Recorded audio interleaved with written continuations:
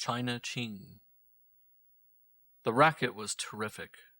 The yelping, the shrill, prolonged whines, the quick, incessant barking, and running and growling undercurrent, the throaty, infuriated snarling. The woman stood at the window gazing out into the gathering twilight. Before her eyes stretched the drab, flat fields. Here and there, a shadowy mass of trees reached their feathery tips that were etched in darkly against the graying skies. Directly before her, beyond the unkept waste that might at one time have been a garden, reared the high wire walls of the kennels.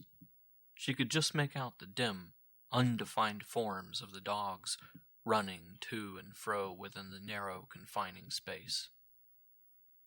The swift, persistent movement of them fascinated her, the ghostly shapes of them, pattering sinuously and silently along the ground, the dull scratching thud of the claws and bodies that hurled themselves again and again into the strong wire netting. The impossibility of their escape throttled her. Their futile attempts at freedom caused a powerful nausea to creep over her. And there in the center of the run she could distinguish, chained to the doghouse, a pale blur in the fading light, the motionless yellow mass of the CHING. The shrill, prolonged whines, the quick, incessant barking. "Oh, my God," she muttered involuntarily. "Oh, my God." The man sitting in the middle of the room pulled his pipe out of his mouth. "What's that you say?" She stood at the window, her eyes fixed steadfastly on that one dumb dog among all those yelping, snarling other dogs. The man got up from his chair and came and stood beside her. Unconsciously, she shrank away from his nearness. "Ain't you used to that by now? Ain't you?" She turned toward him, all but her eyes. Her eyes were still riveted out there upon the motionless Chow, chained in the center of the run. "It ain't the noise, that don't mean much, James. It ain't the noise." "Then what's the matter, huh?" She pointed a trembling forefinger at that yellow mass tied to the doghouse. "Him," she whispered. "He don't make no racket, James." The man peered over her shoulder. "The Chow?" "Yes." Her voice was still. "CHING. He don't make no racket, James." "I'd like to hear him," the man blustered. "I'd just like to hear one peep out of him. That's all." She saw his coarse, hairy hand go to his hip pocket. She smiled bitterly. She knew the confidence he felt when he touched the mother-of-pearl handle of his pistol. "You don't need that on him," she said. "He just sits there and don't never move. He don't hardly eat when you feeds him. He don't seem to have no heart left for nothing. He ain't like the terrier what had the distemper. He ain't like the greyhound what had the hydrophobia. So awful bad." "What do you mean?" the man muttered angrily. "Ain't they had the hydrophobia? Ain't they had the distemper? Ain't they?" "You says they did, James." "Ain't I the one to know? If I ain't been born with dog sense, would folks be giving me their mutts to care for?" "You shot them pups, James." "And what if I did?" he stormed. "They was dangerous. They was a menace to the community. So they was. And see here, you take it from me, there ain't nothing more dangerous as a dog when he gets took that there way. Why, I've heard tell of dogs what have torn men limb from limb." And then he added in an afterthought, "Men that have been kind to 'em, too." Her laughter rang out shrilly, piercingly. "Oh, James," she giggled hysterically. "Oh, now, James." "What's that?" His hand was on her head. "See here, you. Ain't I kind to 'em?" His touch sobered her quite suddenly. "Kind to 'em?" She repeated his words vaguely, as though not fully conscious of their actual meaning. The grip of his fingers tightened cruelly about her arm. "Ain't I kind to him?" "Oh, my God," she whimpered. "Oh, my God, yes." He went back to the center of the room and lighted the lamp on the bare-boarded pine wood table. Its light flickered in a sickly yellow glow over the straight-backed chairs, across the unpapered walls, and dribbled feebly upwards to where the heavy rafters of the ceiling were obliterated in a smothering thickness of shadows. "What are you standing there for? Pull down that blind. Come here, I say." The faint, motionless form there beside the doghouse. The wooden, stiffened attitude of it. The great mass of the chow's rigid body that was gradually becoming absorbed into the gray shadow. That was slowly losing its faint outline in the saturating, blurring darkness. She did as she was told, hastily, nervously, and then she came and stood beside the table.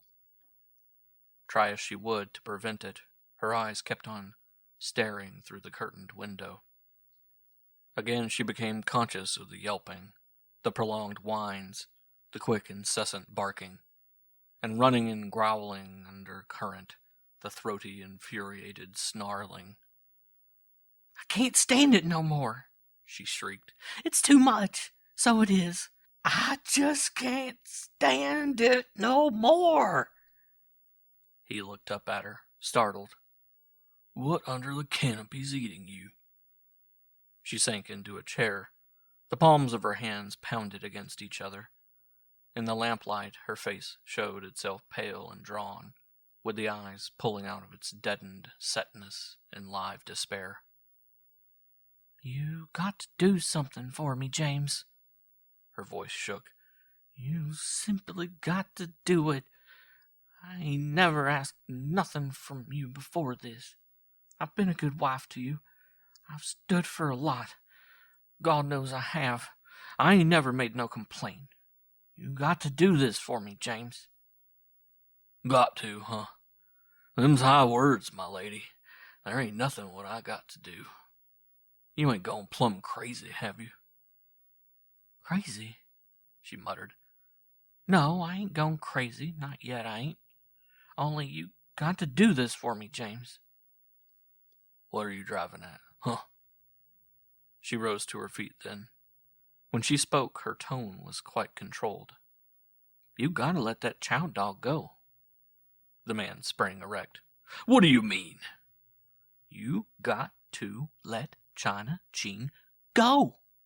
You gotta let him get away. You got to make that China Ching free."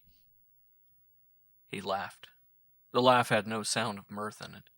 The laugh was long and loud, but its loudness could not cover the insidious evil of it.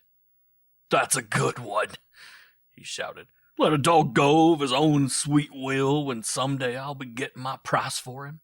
That's the funniest thing I've heard in many a long day. Land sakes, you're just full of wit, ain't you?" "I ain't," she retorted sullenly, but he paid no attention to her. "I never would have thought it. That's a cinch.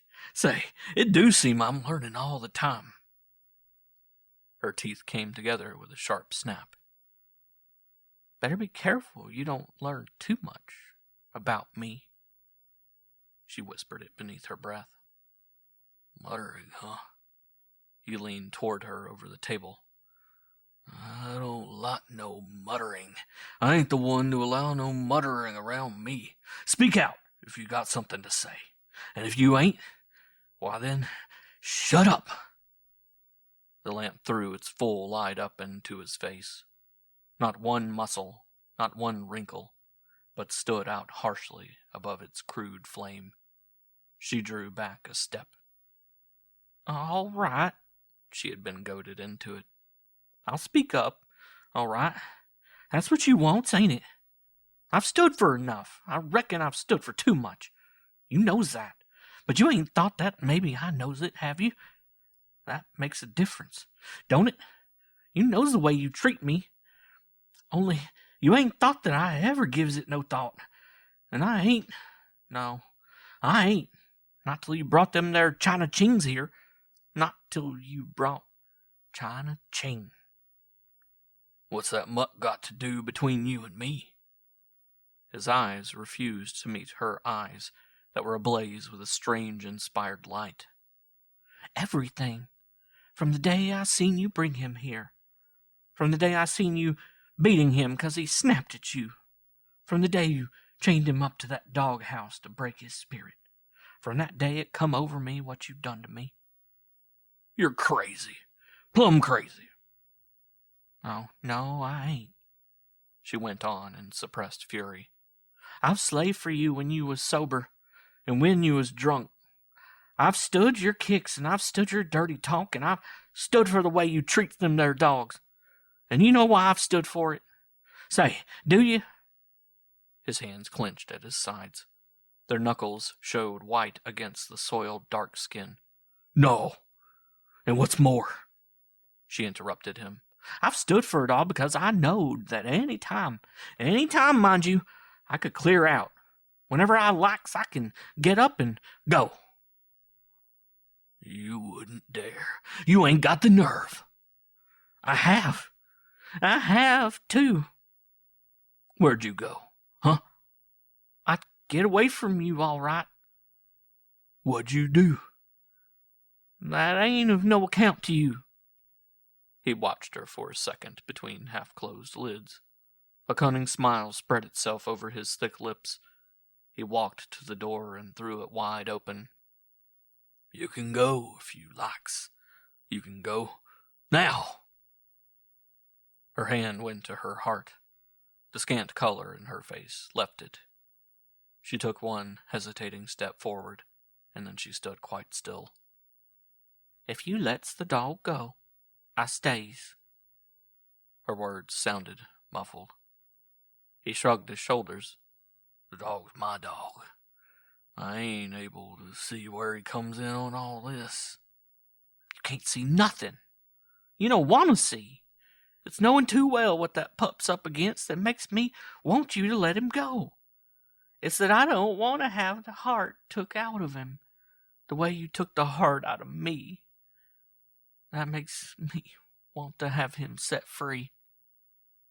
He gave a noiseless chuckle. So I took the heart out of you, did I? She glared at him savagely. You knows you did. For a moment they were silent. Well? He asked. She saw him wave a hand toward the door. Oh, James, you can't be so cruel bad. You can't. The other dogs don't mind it. They makes a noise and they tears around, and then they eats and drinks, and late at nights they lie down and sleeps. If there ain't no moon. But that China Ching, he ain't like them. Maybe he is savage. Maybe you're right to be afraid of him. His whole figure was suddenly taut. His head shrank into his shoulders. There ain't nothing I'm afraid of. Get that into your head. I ain't afraid of nothing. And if you wants to go, why, all I gotta say is, you can get. A stillness came between them, broken only by the sounds from the kennels. The yelping, the shrill, prolonged whines, the quick, incessant barking, and running and growling undercurrent, the throaty, infuriated snarling. He went to the table and took the lamp up in one hand. He went over to the door and closed it with a loud bang. Then he started toward the stairs. If you ain't able to bring yourself to leave me, the words came to her over his shoulder, you can come on up to bed. Mechanically, she followed him up the steps. Mechanically, she went through the process of undressing and washing. Long after he had fallen asleep, she lay there wide awake, watching the moonlight trickle in quivering golden spots across the floor. Lay wide awake, listening to the eerie baying of the dogs. She had had her chance of freedom, and at the last moment her courage had failed her. What she had told him had been the absolute truth. She had never realized what had happened to her, what a stifled, smothered thing she had become, until that day when he had brought the chow dog home to the kennels. She had married James when she was very young. Their father's farms adjoined. It had been the expected thing, and she had gone through with it quite as a matter of course. In those days, he had been somewhat ambitious. The country folk around admitted grudgingly that James Conover was a born farmer. Then the old people, both their fathers and his mother, had grown a bit older, and one by one they had died. There had been nothing violent in their deaths. Silent, narrow-minded, like most country persons, they had grown a trifle more silent, a trifle more bigoted, and then they were dead. It had seemed to her that way at any rate. She had become conscious all of a sudden that she was alone with James. Strange that the consciousness should have come to her after she had been alone with him for 3 years, and then that she should only realize she was alone in the world with him the first time he came home drunk. After that, he took to drinking more and more, and finally he gave up farming. It had been quite by accident that he took to boarding dogs, now and then buying one for a quick turn. He liked the job. As far as she could see, it gave him more time to spend in the village saloon. One thing she had never been able to understand. In her heart she was certain that James was terrified of the animals. She had seen him shoot a dog at the slightest provocation. But until she had seen the chow, she had never bothered with the beasts. She had cooked their meals, but she had not been allowed to feed them. She had watched them from the outside of the kennels, but she had never gone into them. She had tolerated their racket because she had never fully understood what lay in back of it all. And then the chow came. James had brought CHING home in the old runabout, brought him to the kennels tied down in a great basket. She had not paid much attention to either man or dog. The first sight that she had of the chow had been because of James. She had heard his cursing and the crack of his huge whip.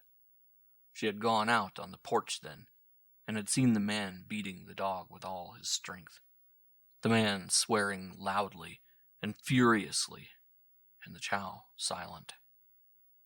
She had never gotten over that spectacle. It was the first time she had ever seen a dog maintain silence. And then day after day she had watched CHING, chained there, and so strangely silent.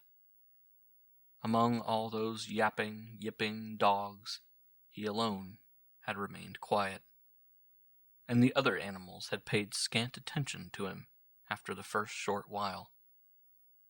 Even in their wild racing about the enclosure, they had given him a wide berth. There was something magnificent, something almost majestic in the chow's aloofness. If it had not been for the dog's eyes, she would have thought him dumb, a fool. But the eyes haunted her, great liquid brown eyes that met hers with unutterable sadness, eyes that clutched and held on to her with the depths of their sorrow. She made up her mind after the first month that she must free the dog, that she must get him out of the kennels somehow or other. She had never thought of a direct appeal to James. If it had not been for the way he had goaded her this evening, she would never have spoken as she did.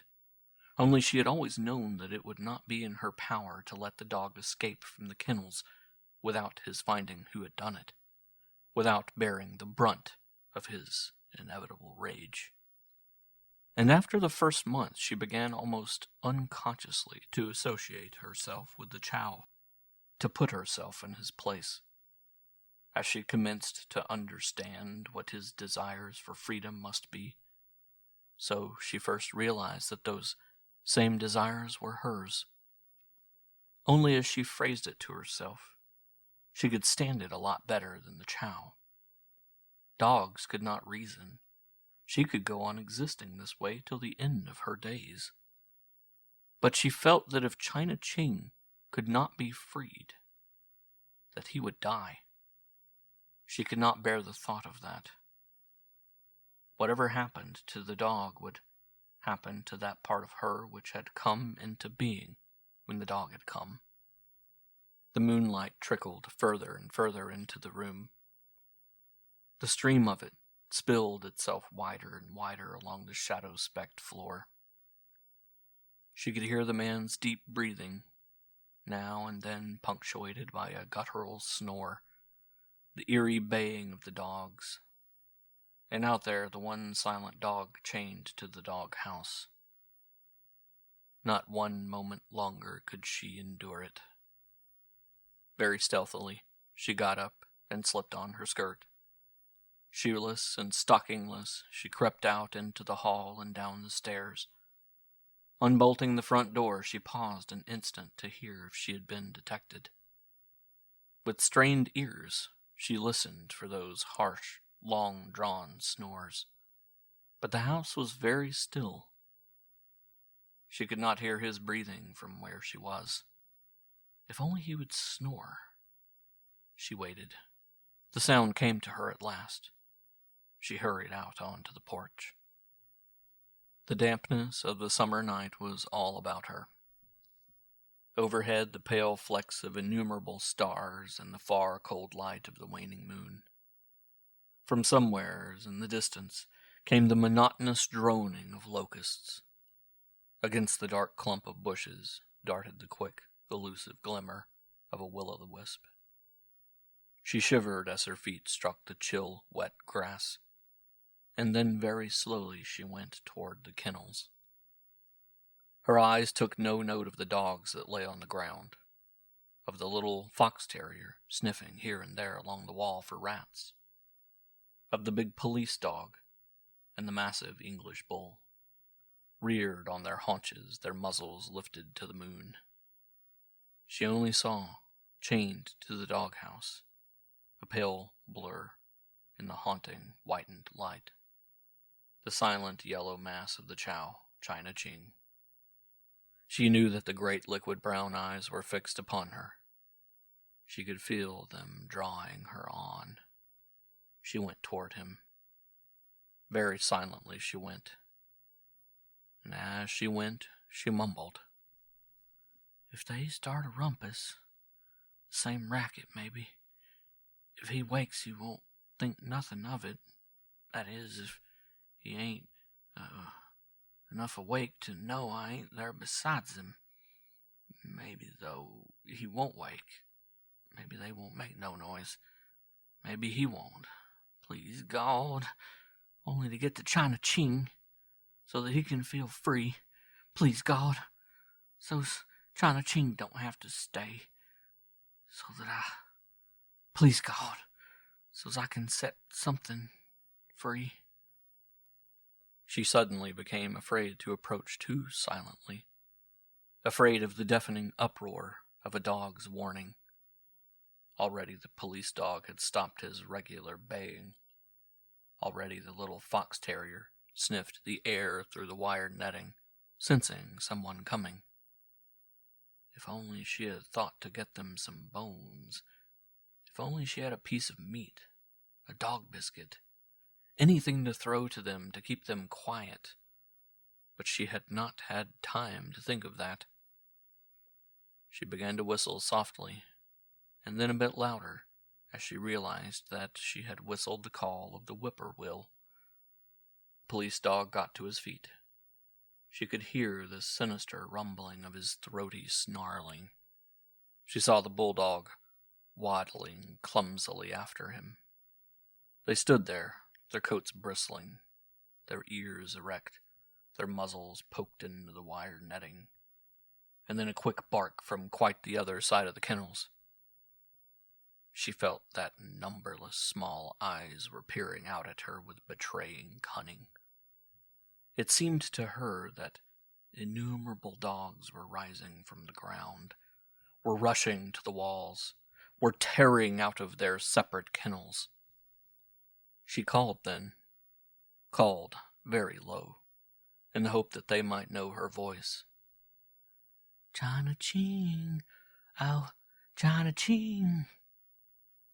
She was face to face with it now. All through the day she managed somehow to bear with it, hideous as it was, deafening so that she could not hear, hated so that it made her physically ill. And now, in the dead of night, it was let loose, with the unlimited stillness of the night vibrating in grotesque, yapping echo, with the cold light of the moon spotting uncanny over the kennels. She had it. The yelping, the shrill, prolonged whines, the quick, incessant barking, and running and growling undercurrent, the throaty, infuriated snarling. She knew then that it was quite beyond hope that James should not hear them. She had to hurry. She began to run, and all the while she called in the same low voice, "China Ching, I'm coming to you. Oh, China Ching." She pulled back the stiff iron bolts. It took all her strength to do that. She opened the gate a bit and slipped in, pushing it to behind her. And then she was among them. Their noise increased in volume, pitched in a shriller note. The sudden rush of them threw her off her feet. Some of them leaped on her. She felt a sharp, stinging nip in her wrist. In a second she was up again. "Down!" she commanded. "Down!" She went toward the chow, pushing the other dogs out of her way with both hands, stumbling, stepping over them as they crowded about her feet. "Down!" she murmured, breathless. It was not until she got well within a couple of strides of the chow that the other dogs dropped away from her. It was the same thing that she had witnessed 100 times from her window. The animals had always given China Ching a wide berth, had always respected his magnificent, majestic aloofness. And as she reached him, she fell to her knees. "China Ching," she whispered brokenly. "China Ching." Her arms went around the dog's neck. Her hands stroked the thick ruff at his throat. She felt a cold nose on her cheek, a slow, deep sniffing. A second later, 2 heavy paws were on her shoulder, and a warm, moist tongue curled again and again about her ear. In the moonlight, she looked into his eyes. The great, liquid brown eyes met hers with all their unutterable sadness. "Do you want to go, China Ching?" she murmured. "Do you want to go and be free?" Her fingers were working swiftly at his collar. As it clinked to the ground, she felt him stiffen rigidly beneath her touch. She saw his ears go back flat against his head. She saw his upper lip pulled so that the long, sharp teeth showed glisteningly in the huckleberry blue gums. She followed the set stare of his eyes, and what she saw sent a shiver down her spine. Coming across the waste that had once been a garden, running stumblingly in the full path of the moonlight, came James. And the other dogs had seen him. She realized that when she heard the growling, the snarling, the low, infuriated snorts. She rushed back to the gate. James saw her then. "Get away!" he shouted. "Get away from there!" She threw the gate open and stood leaning against it to keep it wide. "China Ching!" she called. "Come on! China Ching!" But it was the other dogs that tore past her. First one, then another, then 2 together, and then the whole wild, panting pack of them. "For God's sake!" the man shrieked. Get! The words were lost in his breathless choking. The chow dog was the last to go. For a second he stood beside her. She bent over him. She was afraid to touch him, afraid that at that moment her hands might involuntarily hold him. "Go on, China Ching," she urged frantically. "Go on." "Hey, you!" The man stormed at the dogs. "Here, here!" He whistled. "Here, boy! Here, old fellow, come on!" He suddenly stood still. He tried to make his whistling persuasive. He was out of breath. When he saw that they would not come to him, he ran after them. They scattered pell-mell before him. She saw them disappearing in every direction. Some of them slinking away with their tails between their legs. Some of them crawling into the bushes on their bellies. Some of them rushing headlong, racing madly into the night. Only the yellow mass of the chow dog went in even padded patter out toward the road. She waited there for James. She could not think. She only waited. And at last he came back. "You." His voice was low. "You."